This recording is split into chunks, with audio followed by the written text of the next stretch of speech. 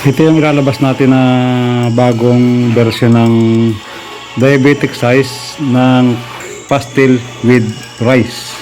Ito po, nakikita nyo mas mahaba pa yung kutsara dito sa diameter ng ating pinggan. Yung pinggan natin is yung paper plate na maliit. So ito ay 100 grams na kanin at saka 15 grams na chicken pastil. Ang tawag po natin dito ay diabetic size pastil. 20 pesos lang po ito.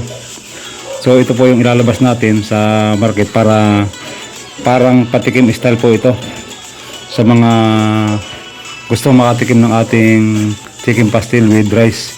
Yung ating kanin ngayon ay kulay puti pa, pero pag inilabas po natin ito ay Java rice. So ngayon po natin naisip tong ganitong concept para mas marami pong makatikim kahit bata. Patikim size, diabetic size. Abangan po yung ilalabas natin na diabetic size overload o marami pong sangkap yun. Abangan po natin. Salamat po.